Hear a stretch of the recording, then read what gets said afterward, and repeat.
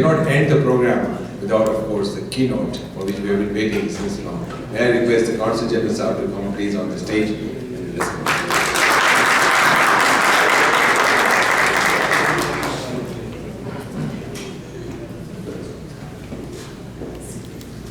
Bismillahirrahmanirrahim. First of all, I'm really honored to participate in this program. Thank you for the invitation, Rani Saab, Consul, Ran Saab, everyone else. And I would also like to welcome all delegation of AKU University, Shahid Saab and Heather Saab.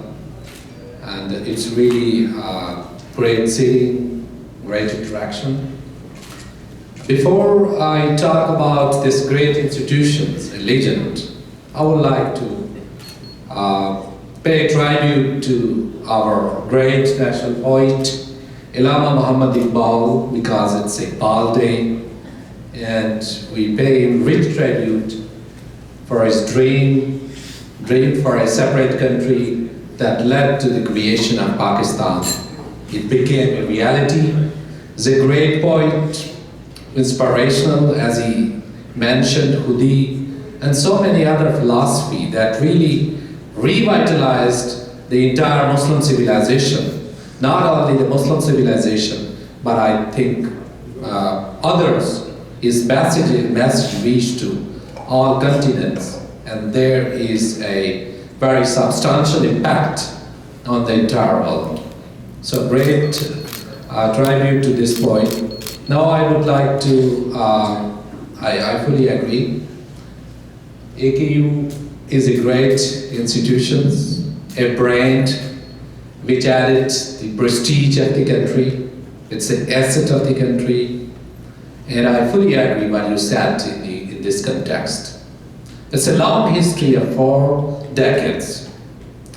Success stories. There are not only a few success stories that you told here. It's in hundreds of success stories. It's a credible name. It's not just in the country, but I think in 3 continents, if I'm not wrong. So, its name is in the US, in other where it's actually not have the campuses. But I think Pakistan's benefited from these institutions. And His Highness Aga Khan, other AKDN projects under the AKDN also benefited a lot to the country.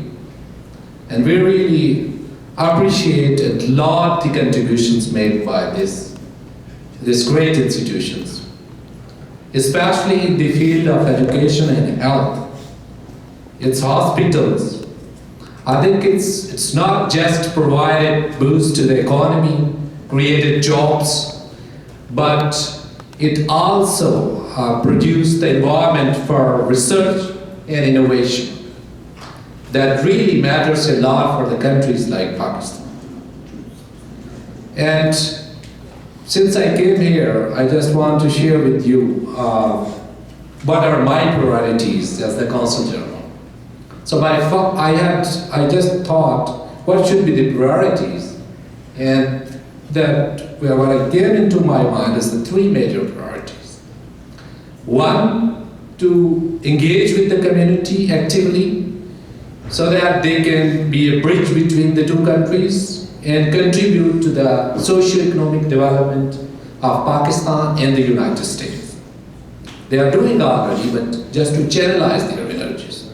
2nd, to outreach institutions and dignitaries and all important players here to promote partnerships in different fields and promote people-to-people interactions. And 3rd, to advance the economic diplomacy to economic partnerships with the region. So I think under these, one important, like your AKU universities, we have this diaspora in the Midwest, which is exactly like success stories like the AKU.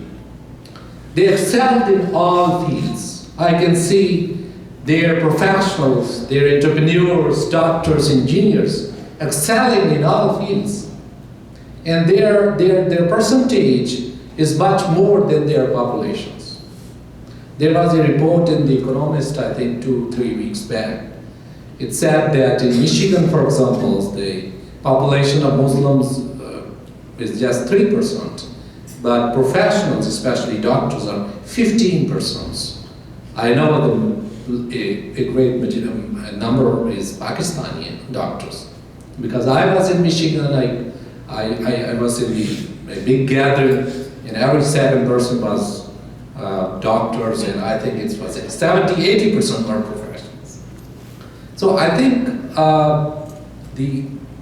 since we are as a consul general, and since the community is there, and you really give a lot of tell all about the university's success stories, what actually can be done? What should practically these people who came here and what we all together can do?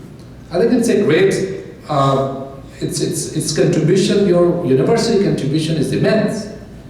But I see that the potential and what can be done and what is done and what can be done further in Pakistan.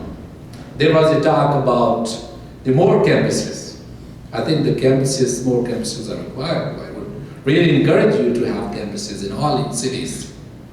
And so you would also be looking for the campuses in other countries.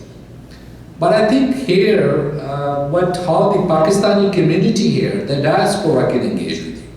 I think you rightly said that it is not just they are spending successful lives here, they have their success stories. You mentioned about Dr. Siddiqui, there is another who really manufactured the bionic hand, there is another who bought an hospital and contributed in a way in the south of Chicago. So in a way, South Chicago is a problem, but really it's a Pakistani community is the part of the solution.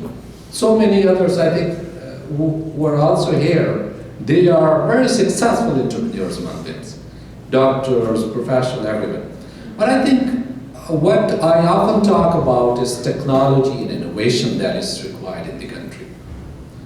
I was in a couple of universities since I just came in May, and I see the technology transfers, ideas, because these Pakistanis carry a lot of, during their interactions, a lot of knowledge, expertise, so they can contribute to the country. So what can be the format, whether they should go as you both go there, and really this is a great story that we can quote, that after spending so many years here, you are going there contributing for the country.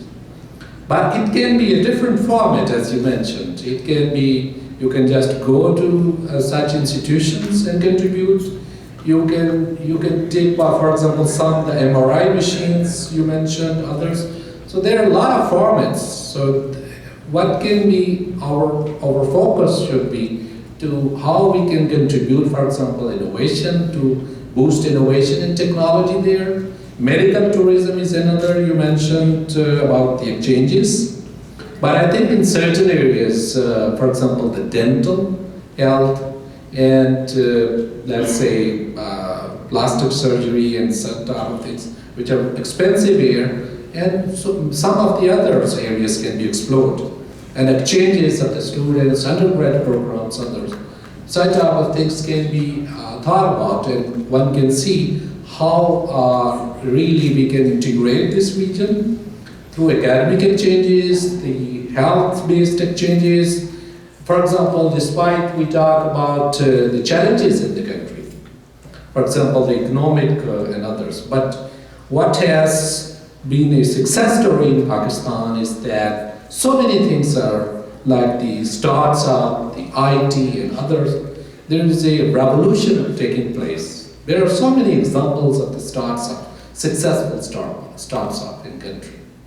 And there was also mention of the security situations and other. There was a lot of improvement. You just compare from a decade earlier and now, there is a huge difference in the security situations. There is, despite challenges, there is a climate of business and some small businesses really moving it. So I think there is a lot of opportunities for Pakistanis here, and I think your AKU and they can really play a vital role to attract talented Pakistanis from here, and we are at your disposal what we can do. We would be really honored to engage with you and to work with you. What can be done to integrate in different formats, whatever it would be. But the purpose should be to serve your country, and that your country is really proud of you, your contribution. We love your contributions, love the contributions of the AKU and our community here, and we would like them to really continue to play a proactive role for the socio-economic development of the country. Thank you so much.